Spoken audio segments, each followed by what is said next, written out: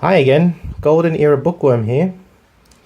Again, looking at some articles from 1946 Your Physique September. In this case, it's How to Photograph Your Physique by Lon. Just Lon. It's a really great article. Has many helpful hints on posing and physique photography, and I recommend that anyone, athlete or not, but actually athletes of nowadays, and in that case bodybuilding athletes especially, are those professionals, that they have a listen to this advice by Lon.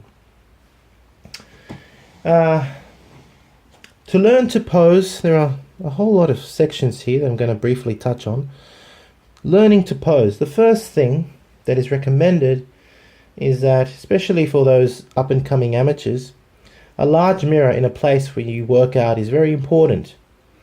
As many have said, many bodybuilders, that is, Arnold, etc., that it is very important to pose when you are resting in between sets. Not only does it act as a form of exercise and fills your muscles further with blood and allows them to grow, but it builds those neural connections that allow you to then, when you wish to display the muscle, it actually comes out.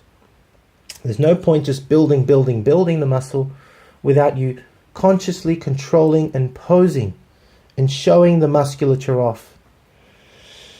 Not all exercise movements will be able to fully contract and show the muscles, and so it's important to pose when you are resting between sets in front of a mirror.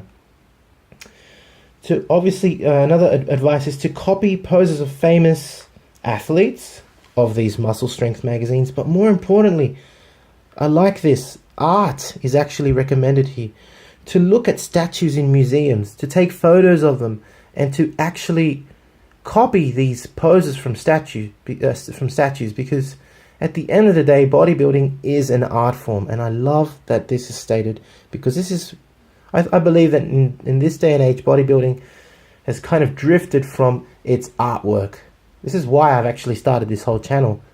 I aim to educate what has been lost, to regain what was so beautiful before.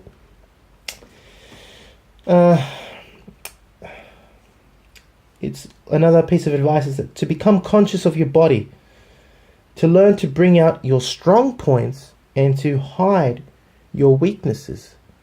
This is really important. A lot of bodybuilders are I think there's too much ego. They want to grow big and they get big, but they fail to really get proper criticism. And you need to be criticized to really know what your weak points are and what your strong points are, and then from here one can develop your own particular posing routine that highlights the strong points of your physique and obscures or gives the illusion that you have no weaknesses. This is what Arnold was very famous at doing. He had a very thick waist, but he constantly twisted his body and did three-quarter poses and side poses and vacuums to hide the fact that he had a thick waist. This is just an example, of course. Getting ready to be photographed is the next section. To remove all body hair, obviously, is very important. To use mineral oil to oil the body. And if using props, again, artwork here is recommended, is almost aspired to with bodybuilding. To use a spear, a sword, a chain, etc., and have them ready. Bodybuilding is an art form.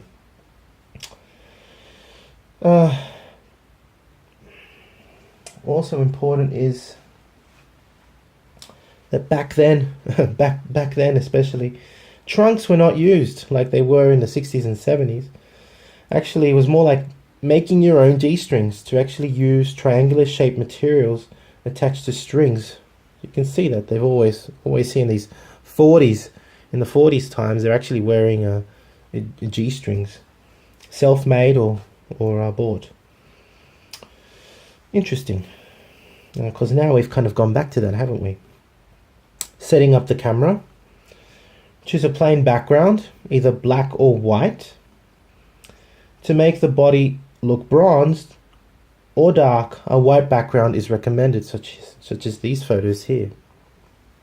Whereas to have a more dramatic effect, one would use a black background, and you can really, I actually like black backgrounds. You can really see more shadows in the physique. You can really see more detail of the back muscles of the abdominals. So I really like the black background. White backgrounds require lighting on the background, on the front of the body, which should be illuminated. Against the black background, lighting on the body should come from both sides and the front and from below. And all these different lightings give these shadows, which make for great contrast and more dramatic physique photography. The camera should be set at the height of the model's waist. The model should perform brisk exercise with or without weights to pump the muscles up, obviously.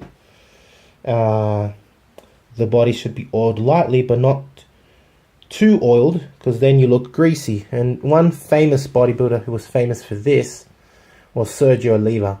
Later, when I actually look at the Muscle Builder magazines and the Mr. America magazines from Joe Weider, you will actually see how much oil he used to use. It was really thick, and it really made him look greasy. I never liked that. Another recommendation is to never oil the face, and I agree with that as well. When you tense the muscles, be sure, this is from this magazine, be sure not to tense the neck or the face. This is a serious fault. Never tense so hard that you look strained or in pain. This is again advice from this magazine. It only makes you look ridiculous. And I agree. I wholeheartedly agree with that. There it is right there. Never tense so hard that you look strained or in pain. It only makes you look ridiculous. Take it easy. Lift your chest. Broaden your back. Pull your abdomen in and tense just enough to bring out definition. I mean, nowadays, you see all these guys, and they look like they're about to crap their pants, or like they're giving birth, or whatever. I mean, they just look so stupid. They're roaring or whatever. I don't know what they're doing. But it doesn't look graceful anymore. And I think it looks aggressive. I don't know. They're trying to look like monsters. I don't know what the hell's going on, but it doesn't look right. You're supposed to pose, and that should be graceful. It shouldn't be grotesque, and I find it grotesque personally. If you have wide hips, hold them in profile, just like I mentioned before, like here. And Arnold used to do that. A lot of twists, right? And stand sideways in profile. And twist the chest or back to face the camera. Again, these are recommendations that were made back then, and of course the golden era bodybuilders would do that, and they looked like they had tiny waists, and their physique was so much more dramatic because of it. Their posing was way better than what it is nowadays. Legs should appear long and powerful, and therefore lean the body weight to the rear leg while stretching the leg nearest to the camera, as shown, for example, on page 18 here. And tense the leg muscles and calves as you do, right? And it brings out this dramatic effect at the front, right? It makes the lines of the body more beautiful as well. To bring out the abdominals, it's important to keep the arms overhead, such as in all these poses here. The head should be bowed down slightly, as you can see, allowing the abdominals to slightly curve inwards, and you can see that quite clearly in these photos, to bring out the abdominal muscles. All these, I mean, these are old magazines, but I think this information is really relevant for posing, especially for today's bodybuilders, and now that there's a classic division, I mean, have a read at these magazines. They really have some golden information here. I think this is really valuable, and it's important to listen to this advice from the past, because back then bodybuilding was not about having an enormous physique. It was about art. And although our nutrition and our systems are now better in building muscle, one can still learn from these posing techniques and apply them. And I think if bodybuilders do that nowadays, they will look way more beautiful. That's how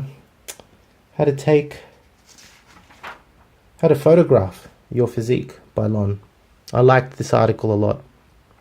If you liked it, please give it a thumbs up and please subscribe. Thank you very much again.